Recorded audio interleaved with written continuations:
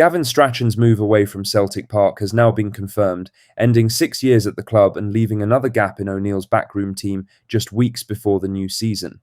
We have also got Hibernian setting their asking price for a midfielder Celtic have been tracking for months, a brilliant World Cup warning from Dazen Maida to his own teammate, and Austin Trusty opening up on what life at Celtic is really like. Let's get into it. But first, make sure you like this video and subscribe to the channel for more Celtic content. Miguel Chaiwa's situation has become clearer today, with Hibernian setting out their asking price for the midfielder Celtic have been linked with for months. The 22-year-old has been on Celtic's radar for a while now, with previous discussions around a possible move failing to lead anywhere concrete.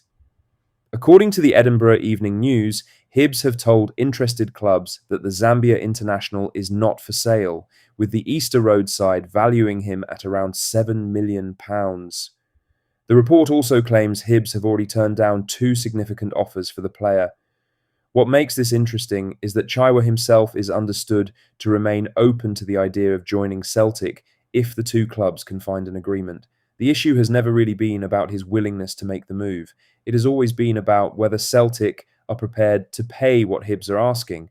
Chaiwa fits the profile of player Celtic often look at. He is young, athletic, already capped at international level, and has proven he can handle Scottish football. He would add energy and bite in midfield, with plenty of room to develop further. £7 million is not a small fee for a domestic deal, but with Arne Engels attracting serious interest from elsewhere and question marks remaining over Reo Hatate's future, Martin O'Neill may decide this is a midfield he needs to strengthen regardless of the cost.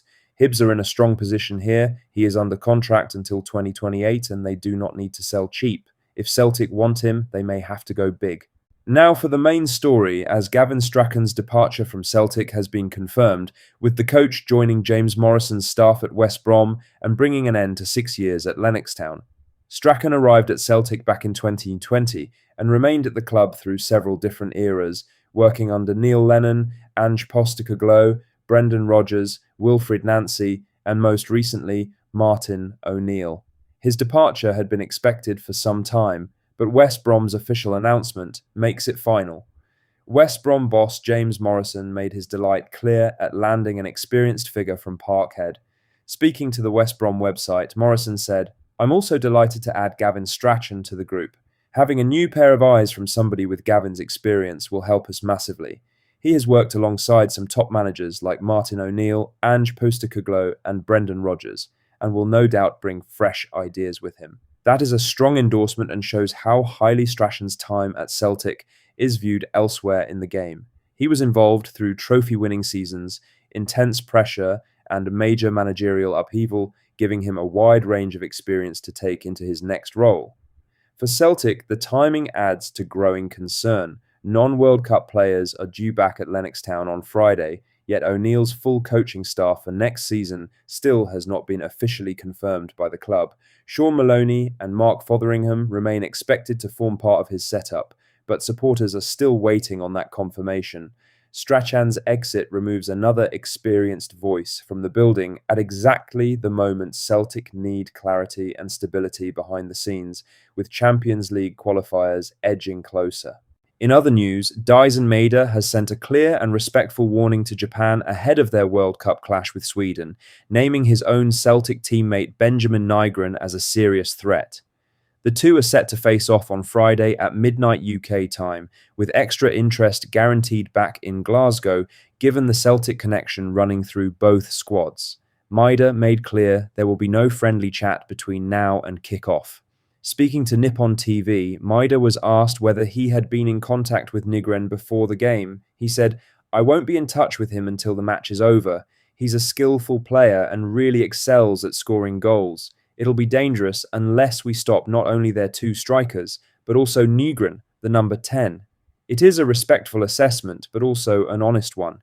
Nygren may not have had his easiest night against the Netherlands, with sections of the Swedish press critical of his display, but Japan clearly are not taking any chances. The pair know each other well from training together at Lennox Town, but this time they will be on opposite sides with World Cup progress on the line.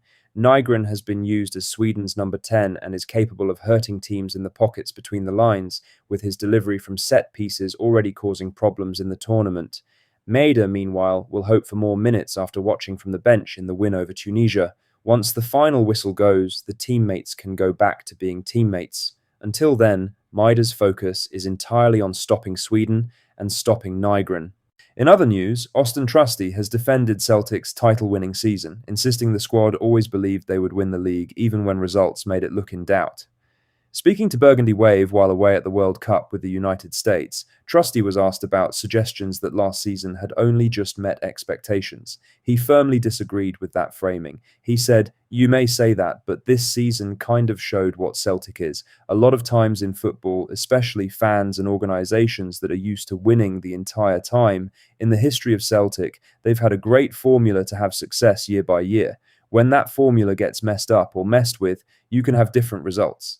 It was a season with genuine turbulence, plenty of noise around the club, and real pressure from Hearts before Martin O'Neill eventually guided Celtic over the line.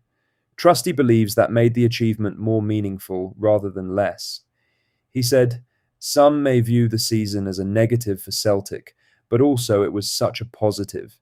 It showed the true tenacity and willingness of a team and organisation to find a way to win. Celtic is a winning culture. That's why you go there.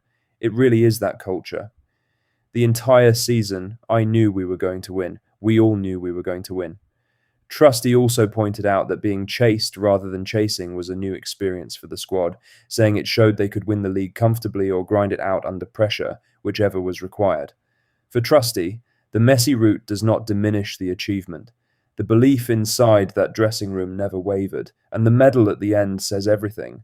Lastly, Austin Trusty has also given a small but honest glimpse into how demanding life at Celtic really is, admitting one of his favourite hobbies has had to take a back seat since he arrived in Glasgow.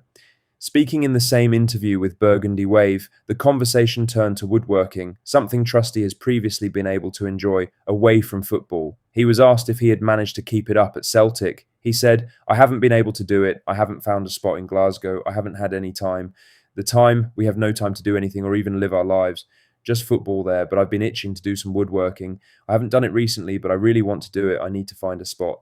It was a light moment, but it said something real about the schedule players face at Celtic. Matches come every few days. There is constant travel, European football, domestic pressure, and very little breathing room across the season. Trusty explained why the hobby means so much to him when he does get the chance, saying it is about escaping football, learning a new skill, and the satisfaction of gifting someone something they will appreciate. He revealed he had previously made liquor and wine dispensers for former Colorado Rapids teammates Colin Warner and Kellen Acosta. For now, that side of life will have to wait. That's all the latest Celtic news for today. Make sure to hit that like button, subscribe if you haven't already, and drop a comment below with your thoughts. I'll see you in the next one. Hail, hail.